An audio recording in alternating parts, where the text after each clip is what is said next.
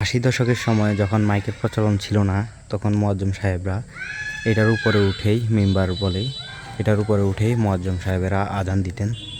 এটাই তার, এটি হচ্ছে সেই কাঙ্ক্ষিত মসজিদ। আমরা প্রবেশ করলাম। মসজিদের বারান্দা থেকে আপনাদের সাথে দেখা হবে একজন মহান মানুষের কবর, যিনি হচ্ছেন বাংলাদেশের 8ম প্রধানমন্ত্রী, গণপ্রজাতন্ত্রী বাংলাদেশ সরকারের 8ম প্রধানমন্ত্রী, মুক্তিযুদ্ধের অন্যতম সংগঠক ও জাতীয় নেতা কাজী জাফর আহমেদ।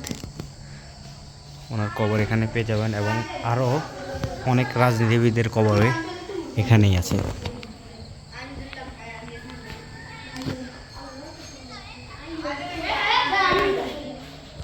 মসজিদের বারান্দাটা দেখতেই পাচ্ছেন, আগেকার দিনের মসজিদ।